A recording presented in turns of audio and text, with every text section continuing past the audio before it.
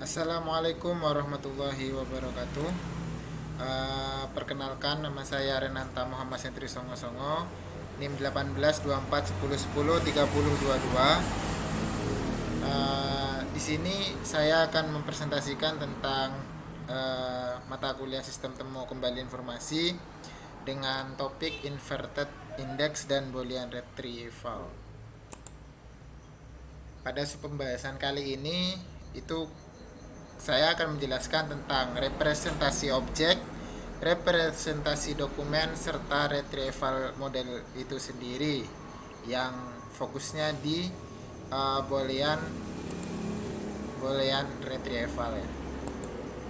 Nah, baik, untuk representasi objek di sini ada sistem temu kembali informasi, information retrieval. Di sini butuh yang namanya user, kemudian di sini adalah information, kemudian Q itu query-nya, dan O itu adalah objek itu sendiri atau di sini berupa dokumen dan indexing. Nah, nanti akan ketemu yang namanya retrieval. Seperti itu. Kemudian representasi objek ini di sini saya beri sebuah contoh. Ada objek 1, objek 2, objek 3 yang saya ambil dari PowerPoint di materi, dan informasi ini contohnya kita bisa ambil di internet lah, seperti itu. Bisa selain keluarga BCL ya. Nah, di sini saya berikan sebuah contoh query dengan kata keluarga BCL. Nah, pada objek 1, objek 2, objek 3, dalam sistem temu kembali informasi, objek apa yang didapatkan, seperti itu.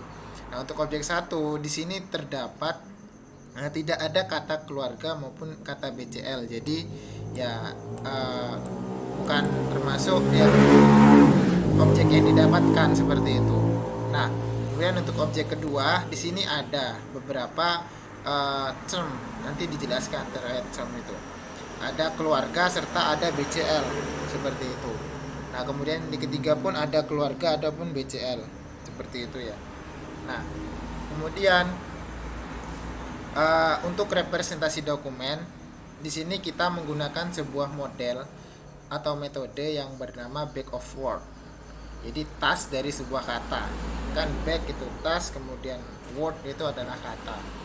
Nah, back of word itu sendiri itu digunakan untuk merepresentasikan objek-objek dokumen, seperti itu. Nah, nanti dokumen itu kan ada kata-katanya. Nah, itu di setiap dokumen itu teksnya diwakili oleh term atau kata-kata yang digunakan. Nah, seperti itu.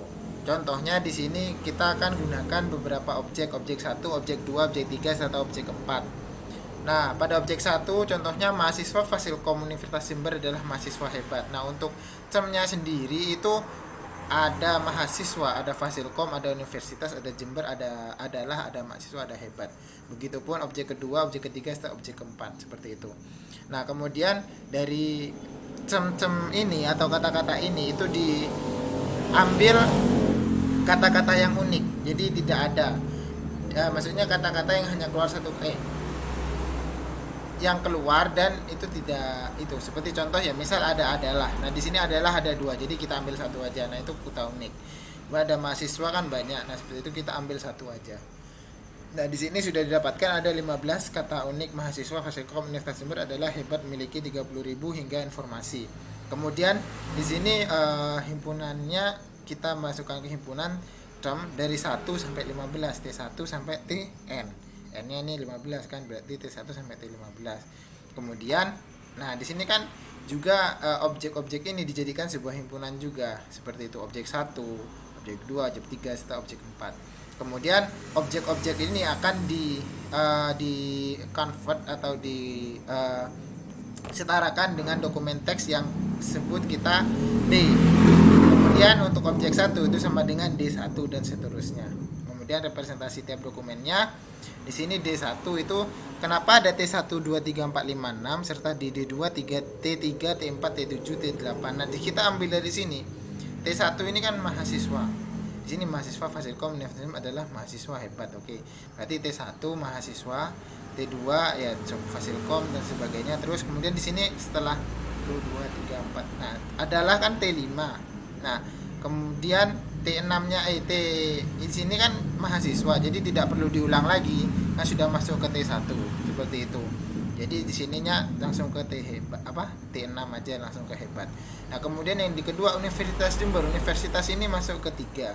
Berarti di sini T3, kemudian Jember itu T4, kemudian memiliki itu T7 dan seterusnya seperti itu. Nah, sampai D4 pun seperti itu. Nah, kemudian di sini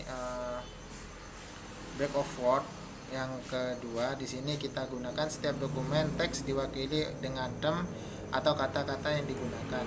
Setiap kata-kata di sini yang digunakan merepresentasikan sebuah dokumen diwakili dengan sebuah nilai sesuai dengan metode pembuatan yang digunakan. Nah, salah satunya kita menggunakan metode binary ya.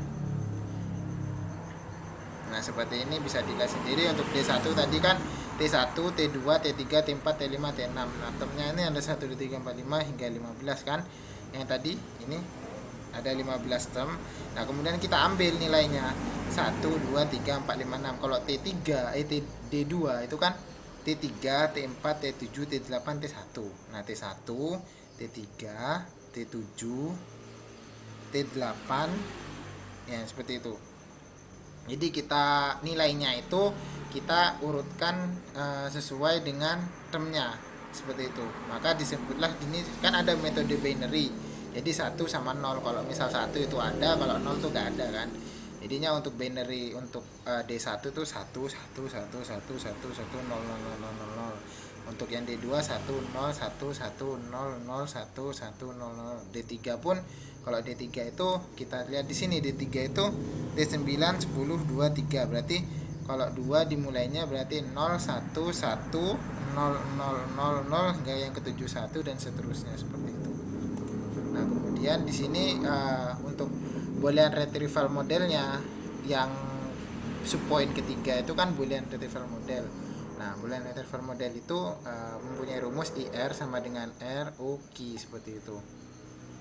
Nah, boolean retrieval model ini itu salah satu sistem temu kembali informasi klasik yang masih diadopsi secara luas hingga saat ini. Jadi itu kayak yang udah lama banget cuman masih diadopsi dan masih digunakan hingga saat ini. Nah, didasarkan itu pada logika boolean serta teori himpunan yang telah kita saya jelaskan. Nah, kemudian tadi kan dijelaskan bahwa dokumen-dokumen itu adalah sekumpulan kata-kata seperti itu. Jadi untuk dokumen 1 mahasiswa Fasilkom. Nah, ini kan mahasiswa Fasilkom Universitas Jember, ini kan term seperti itu kata-kata. Nah, untuk dokumen 2 3 4 dan seperti itu. Nah, kemudian apabila konsep term mengacu pada back of word, maka di sini nomor 4 lah. Sebuah query dipandang sebagai serangkaian term. Contoh query mahasiswa hebat. Nah, query-nya itu ada mahasiswa sama hebat. Nah, kemudian yang kelima itu boolean retrieval model. Query ditransformasikan ke dalam bentuk boolean query menggunakan boolean and, or, and not seperti itu. Kalau and itu